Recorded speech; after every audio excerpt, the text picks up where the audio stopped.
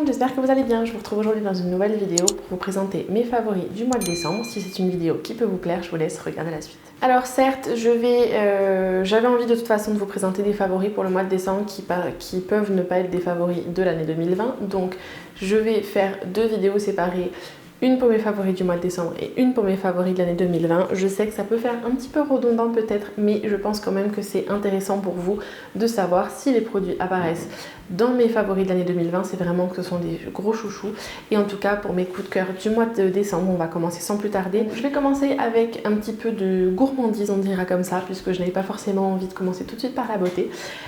J'ai trois produits il y en a un, c'est une grosse découverte, et les autres qui sont juste en fait des produits que j'aime énormément et que j'ai adoré racheter ce mois-ci. Je ne sais pas pourquoi ce mois-ci en particulier, mais c'est pas grave.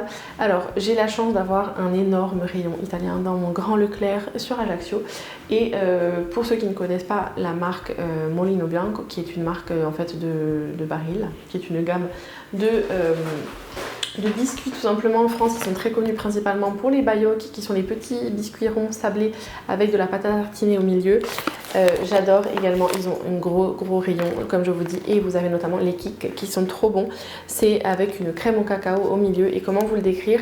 Si vous êtes un enfant des années 90, vous allez forcément avoir connu les Kango, qui étaient en fait des biscuits rectangulaires avec un peu en dôme, qui était en fait un biscuit nature, on va dire ça comme ça, avec une crème au chocolat dedans et également une nappée au chocolat en dessous. Mais là en fait ce sont des petits biscuits ronds qui sont à peu près grands comme ça et qui sont entièrement au chocolat avec une crème au chocolat dedans, et c'est juste trop bon. Donc je ne pouvais pas ne pas vous citer ça, sachant que le mois de décembre c'est le mois des orgies avec toutes les fêtes de Noël. Tant qu'à faire, je me suis dit, s'il y avait des gourmandises à placer, c'était à ce moment-là. Autre biscuit italien, et que j'ai trouvé à la fois dans mon rayon italien Carrefour et dans mon rayon italien au Leclerc, ce sont les biscuits Pan di Stelle, qui sont en fait encore une fois des petits biscuits un peu style sablé, qui sont en tout choco avec des petites étoiles blanches sucrées dessus. Et pour moi, il y a une touche de noix de coco qui n'apparaît pas dans les ingrédients. Donc je pense que c'est le mélange des ingrédients qui fait cette espèce d'effet coco, puisque c'est chocolat vanille. Dans la plupart des biscuits italiens, vous avez toujours une pointe de vanille. Et c'est d'ailleurs ça qui fait que j'adore la qualité des biscuits italiens. Donc Pan di Stelle, j'en raffole avec le café le matin, c'est une tuerie. Ou au goûter, on prendra les deux comme ça. Ça, c'est vraiment le genre de petits biscuits que j'adore avoir à la maison. Et dernier produit qui par contre celui-ci c'est une découverte, ça, comment vous dire, ça fait des années que j'essaie d'en trouver, c'est du fondant d'érable bio, donc tout simplement c'est la marque Biodélice Québec Canada tout simplement, que j'ai trouvé. Alors si vous habitez sur Ajaccio, ce genre de produit est disponible chez Biomonde, le nouveau magasin bio qui est sur le centre commercial de l'Atrium, qui est en face du Drive Auchan, et qui est d'ailleurs très très bien comme magasin bio, je vous le recommande. Et celui-ci c'est en fait tout simplement du fondant d'érable, littéralement. En fait je me suis dit mais ils ont mis quoi d'autre dedans, mais en fait non, je ne sais pas comment ils travaillent leur sirop d'érable.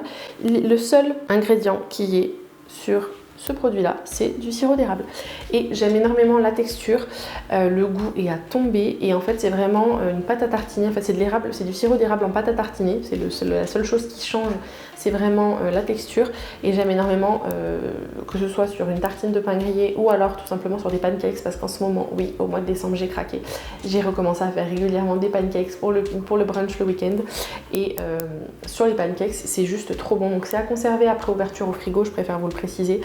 On a l'impression qu'il est plein, mais en fait on l'a déjà bien attaqué, et même mon chéri qui n'est pas hyper fan du sirop d'érable à la base, je trouve que c'est un bon produit qui est déjà bien plus haut de gamme que du sirop d'érable de grande surface. Il a pas mal apprécié également sur les pancakes. Si vous avez des recommandations sur l'utilisation de ce produit et que je ne connaîtrais pas, je vous invite à me dire ça juste en dessous, hein, comme d'habitude. On va passer au maquillage. Donc j'ai quelques produits qui ne sont pas forcément des produits qui sont nouveaux, ou en tout cas vous les avez déjà vus sur ma chaîne, soit dans des hauls, soit dans des vidéos première impression. Donc je vais commencer par les produits teint. Donc j'ai déjà, comment vous dire, je vous l'ai montré à de nombreuses reprises sur la chaîne, que ce soit dans des tutos ou en l'occurrence dans une vidéo première impression. Je vous avais fait une vidéo première impression de ces trois produits là, tout simplement, donc le fond de teint, le correcteur et la pommade à sourcils. Et je vous les ai montrés également dans le dernier tutoriel que j'ai posté sur ma chaîne. Et comment vous dire, celui-ci c'est celui que je porte aujourd'hui, c'est le fond de teint Skin Equal Soft Glow Foundation de la marque Madara que je porte en teinte 20 Ivory. Et surtout ce qui est dingue avec ce produit, c'est que déjà le produit en lui-même il est fou, le packaging est très beau, minimaliste, un flacon en verre dépoli avec une pompe et il me semble que c'est un capuchon, je ne sais pas si c'est du plastique ou du métal, mais j'aime énormément le rendu et le packaging du produit que je trouve vraiment très classe. Et il est juste dingue, vous avez une couvrance légère à moyenne, alors il est très glowy, donc il faut juste bien le poudrer si vous avez tendance à avoir un fond, si vous avez tendance à briller. Donc là je ne suis complètement mat et pourtant c'est celui que je porte en dessous ma poudre et il est juste très bien. Je l'ai essayé seul sans base, il tient super bien la route même sous le masque. Avec base il est encore plus dingue et je l'aime énormément. J'ai pas du tout de problème de comédon ou quoi que ce soit. Et j'utilise en général pour tout le visage et mon cou, j'utilise 3 pompes et je l'applique au Beauty Blender. Deuxième produit Madara, deuxième produit teint, c'est le correcteur que je possède en teinte 25 Latte et pareil, énorme coup de cœur. Une assez bonne couvrance, je vais pas dire une couvrance totale parce que c'est pas, voilà, par exemple ça va pas être un correcteur qui va aller concurrencer le Shape Tape de Tarte par exemple, mais il a vraiment un rendu très naturel, j'aime énormément et il a une teinte qui est ni trop jaune ni trop rose, donc ce qui est bien c'est que vous pouvez l'utiliser aussi bien en anti-cerne qu'en correcteur pour le reste du visage. Il a un fini un petit peu, enfin il a une texture assez épaisse, donc au début c'est assez bizarre de prendre des habitudes avec, mais si vous le poudrez bien, il ne file pas du tout, il tient très bien la journée et il est vraiment top, il m'a pas du tout créé de boutons ou d'allergie ou quoi que ce soit, donc c'est juste génial. Autre produit teint, ce sont les petits blushs crème de la marque Fenty, donc je les ai pas mal portés ce mois-ci. J'avais envie d'un soit seul, soit mélangé, puisque j'aime bien le rendu. Vous avez les deux teintes que j'ai pris, donc je vous avais montré dans mon dernier haul Sephora Gold que je vous mettrai en lien juste ici pour que vous puissiez le découvrir si vous ne l'avez pas déjà vu. Et j'ai donc la teinte Petal Poppin et la teinte Cool Berry, et donc j'aime, et moi aujourd'hui c'est pas ce que je porte, mais c'est vrai que Cool Berry, si vous avez tendance à avoir la main un chouïa lourde, en général j'ajoute toujours un petit peu de Petal Poppin pour le calmer entre guillemets. J'aime beaucoup les packaging que je trouve super choupinou. Je vous les ai montrés en action dans mon maquillage pour les fêtes, donc j'aime beaucoup le rendu. Au-delà de ça, il se travaille très bien, je les applique au doigt et après je les travaille au Beauty Blender, même après avoir appliqué de la poudre. Si vous faites bien attention à tapoter et surtout pas à étaler, vous êtes sûr que ça va être top. Il a une très bonne tenue, je n'ai pas besoin de les poudrer derrière pour avoir une tenue qui va être sur la durée. J'applique un petit peu d'highlighter par dessus et c'est bon. J'aime vraiment beaucoup ces petits produits. Ensuite on reste dans le maquillage et je ne pouvais pas ne pas vous citer la palette Stone Vibes d'Urban Decay que je vous ai déjà présentée dans des favoris auparavant. Je voulais vous la présenter tout simplement parce que le maquillage que j'ai sur les yeux, je l'ai réalisé avec celle-ci. Encore une fois, je vous le mettrai en lien juste là. Si c'est pas déjà fait, mon maquillage que je vous ai proposé pour les fêtes, c'est celui-ci, celui que je porte sur les yeux, que j'ai réalisé avec cette palette-là.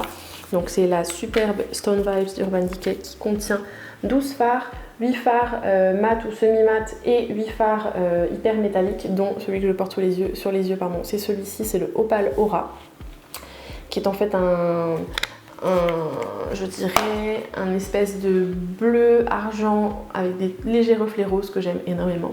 Voilà à quoi ça ressemble. Et j'aime beaucoup ce maquillage, puisque même hors période de fête, je l'ai réalisé, je l'ai porté au quotidien, même pour aller travailler plusieurs fois dans la journée, dans la semaine. Et en plus de ça, regardez-moi ce packaging de fifou. Vous avez, comme dans toutes les palettes Urban Decay, un grand miroir.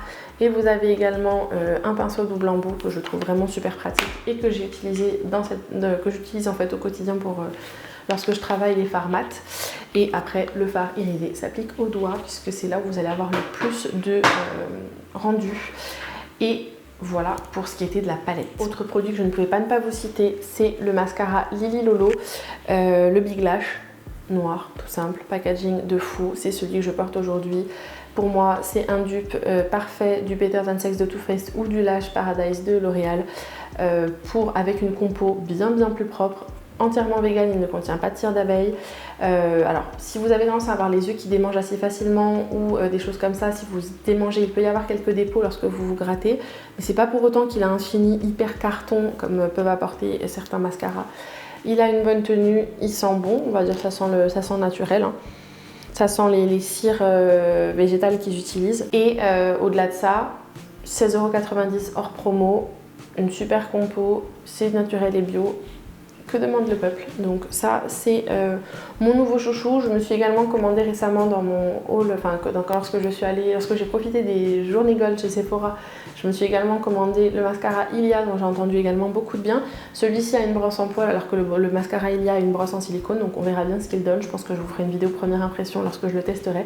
Mais celui-ci, c'est un véritable chouchou, un véritable bijou que je ne peux que vous recommander. Et personnellement, je l'avais acheté lors des Beauty Days chez Mademoiselle Bio. Autre produit maquillage, c'est la pommade pour les sourcils de la marque Madara que j'ai en teinte 10 Smoky Blonde. Encore une fois, c'est ce que je porte aujourd'hui, que j'aime énormément, qui a pour l'instant remplacé mon vibro pommade de Anastasia Beverly Hills, mais comme je n'aime pas gâcher, je pense que bien évidemment je les finirai. Il a tendance à être un petit peu moins... comment dire, il va avoir un fini un peu moins carton, il va avoir un fini beaucoup plus naturel sur les cils. Il tient relativement bien parce que je n'applique pas de fixateur derrière. Et je dirais qu'il a presque une texture un peu plus mousseuse, un peu plus crémeuse que le Vibro Pommade de Anastasia Beverly Hills. Je l'ai déjà pas mal entamé, j'utilise toujours directement dans le capuchon. Le packaging très mignon, petite capsule, enfin petit couvercle en plastique gris avec le pot en verre dépoli. Donc c'est toujours quand même à noter. Et je ne pouvais pas ne pas vous citer également les deux glosses dont que je vous ai présenté lors de mon haul de la journée gold chez Sephora, qui sont en fait les nouveaux gloss bombs dans la gamme cream, donc ceux qui sont avec un fini crémeux où il n'y a pas du tout de nacre, qui sont en fait un fini, voilà, ce sont des glosses beaucoup plus opaques, et je possède les teintes Fenty Glow et Mauve Wise, et je crois que ce mois-ci j'ai quand même préféré vraiment porter le Mauve Wise. Je pense que le Fenty Glow va être très bien pour le printemps et lorsque j'aurai des maquillages un peu plus chauds sur les yeux. Là par exemple avec ce maquillage là au niveau des yeux, j'aime beaucoup porter celui-ci. C'est pas ce que j'ai sur les lèvres aujourd'hui, j'avais envie de faire un autre combo, mais vraiment, d'ailleurs aujourd'hui je porte le lip cheat, le crayon à lèvres Pillow Talk de Charlotte Tilbury avec le All Infused Lip Tint de NARS en teinte Orgasm, donc que j'ai sur les lèvres. Mais aujourd'hui c'est pas du tout cela que je porte, hein. Mais ce mois-ci j'ai adoré porter Mauve Wives, qui est un petit peu plus rosé, un peu plus mauve, hein, tout simplement, et qui est vraiment très bien. Ils sentent super bon. Je crois qu'ils n'ont pas la même odeur exactement que les gloss bombs classiques, mais vraiment ils ont une tenue de fou pour des gloss. Ils sont super agréables à porter et fancy quoi. Voilà pour ce qui était du maquillage. Et ensuite, je ne pouvais pas ne pas vous citer deux séries Netflix qui sont des nouveautés. Alors je sais pas, je crois que les deux sont des nouveautés du mois de décembre. Donc je vais quand même regarder sur le téléphone pour pas vous dire de bêtises. Comme d'habitude, je vous mettrai l'affiche de la série juste ici pour que vous voyez ce que c'est. J'avais envie de vous parler du coup de la série première chose Tiny Pretty Things, qui est donc une nouveauté du mois de décembre de Netflix, qui est pour moi plutôt pour un public jeune adulte. C'est pas forcément quelque chose qui va plaire à tout le monde. Pour moi, je dirais, si vous aimez la danse classique et si vous aimez les séries un petit peu avec des intrigues du style Pretty Little Liars, avec une sorte d'enquête entre guillemets sur un accident, je ne peux que vous recommander cette série qui a un univers qui est assez intriguant avec des rebondissements. Alors si vous aimez la danse, moi personnellement je sais que je n'ai jamais fait de classique, mais j'ai fait de la danse pendant assez longtemps, et la danse classique m'a toujours fascinée, même si je n'en ai pas fait. Donc je vais vous lire le pitch de la série. Donc la série déjà se déroule à Chicago. Des danseurs de ballet de haut niveau venant d'horizons divers intègrent l'école Archer School of Ballet dans l'espoir de faire partie de la compagnie professionnelle City Works Ballet. La compétition va être rude, certains connaîtront une ascension fulgurante, tandis que d'autres la chute. Donc évidemment je vous mettrai en lien juste en dessous la bande-annonce de la première saison. Pour l'instant il n'y en a qu'une, je ne sais pas s'ils vont en faire une autre, je pense que oui, parce qu'il y a matière à en faire une seconde au moins, voire plus, mais ça on verra en fonction des audiences qu'ils ont fait. Mais je pense que pour une série vue comme elle est faite, alors ce ne sont quasiment que des acteurs inconnus, je dirais, pour les acteurs principaux, j'ai pas l'impression de les avoir vus ailleurs, donc après autant que je me trompe, en tout cas pour moi ce sont des inconnus, mais vous avez dans la directrice de l'école de ballet qui joue, c'est Monique Dubois je crois, le nom de la directrice. L'actrice qui l'interprète, il me semble qu'elle est apparue comme une des femmes dans la vie de l'agent Gibbs dans NCIS. Donc autant vous dire que sa tête en tout cas n'est pas inconnue au bataillon. Mais vraiment j'aime beaucoup cette série, l'ambiance est assez particulière, bon, il y a pas mal de scènes de sexe malheureusement, ça je trouve que c'est un petit peu contre-productif dirons-nous, mais à côté de ça les intrigues et les relations entre les personnages sont super bien étudiées et je pense vraiment qu'il y a matière à faire une deuxième saison. Et autre série que je ne pouvais pas ne pas citer, fan que je suis de How to Get Away with Murder, Grey's Anatomy, Scandal, Private Practice, Shonda Rhimes, la créatrice, voilà, qui a créé toutes ces saisons, toutes ces séries, ou en tout cas qui les produit parce que de mémoire, elle a créé Grey's Anatomy, elle a créé Private Practice qui est donc le spin-off. Elle avait créé, et je crois que je sais plus si c'est elle qui a créé Scandal, je crois que c'est elle qui a créé Scandal, et en tout cas elle est productrice sur How to Get Away with Murder. Et elle est productrice du coup, elle a une boîte de production qui s'appelle Shondaland, et Netflix a signé un super gros partenariat il y a 1 an ou 2 avec Shondaland pour adapter une série, ou en tout cas pour créer une série pour Netflix. Et c'est chose faite puisque c'est tout simplement les chroniques des Bridgerton. Les chroniques des Bridgerton, et c'est en fait une adaptation d'une série de romans de, je crois que c'est Jenna Quinn que s'appelle l'autrice, je sais pas comment vous voulez dire. Elle est américaine et en fait c'est une chronique c'est une série de livres en 8 tomes si je vous dis pas de bêtises, et en fait ça n'a rien à voir avec les États-Unis hein, mais en gros pour moi c'est un hybride, c'est un mix entre Gossip Girl, oui, et Downton Abbey. Oui, je sais, ça n'a rien à voir, je ne sais même pas comment, enfin quand on me l'a vendu la première fois, quand j'ai lu ça quelque part, je me suis dit comment est-ce que c'est possible. Quand j'ai vu les premières images et quand j'ai vu les bandes annonces, j'ai dit oh, ça promet. J'aime beaucoup tout ce qui est série en costume, un peu série d'époque. Et là, ça se passe dans l'Angleterre du XVIIIe siècle. Et vraiment, cette série, elle est juste topissime. J'aime énormément les acteurs. Alors après, évidemment, c'est basé sur une série de livres un peu genre livre à l'eau de rose. Mais l'histoire qui est quand même derrière est super intéressante. Et je vais vous lire le pitch de la série. La saison 1 suit l'histoire de la riche famille Bridgerton et plus particulièrement de Daphne Bridgerton, la plus âgée des filles qui entre dans le monde. Donc, parce que clairement, c'est une famille, si je vous dis pas de bêtises, de 8 enfants. Les parents ont eu la bonne idée de les appeler dans l'ordre de naissance avec des prénoms classés par ordre alphabétique. Pour vous donner une idée d'ailleurs, l'aîné s'appelle Anthony, le second s'appelle Bénédicte, le troisième s'appelle Colin, la quatrième s'appelle Daphné, après je crois qu'il y a Héloïse, et après celui qui est avec un prénom en F, je ne sais pas du tout qui c'est, vous avez un G et un H parce que la petite dernière s'appelle Yacine ou un truc comme ça. Donc autant vous dire que c'est assez comique parce que voilà, c'est 8 enfants avec les prénoms par ordre alphabétique. Mais j'aime énormément les acteurs, ils sont très attachants. Celle qui joue Daphné est vraiment très très chou. Il y a une très bonne alchimie avec celui qui joue le duc. Et clairement maintenant j'ai envie de lire les livres, hein.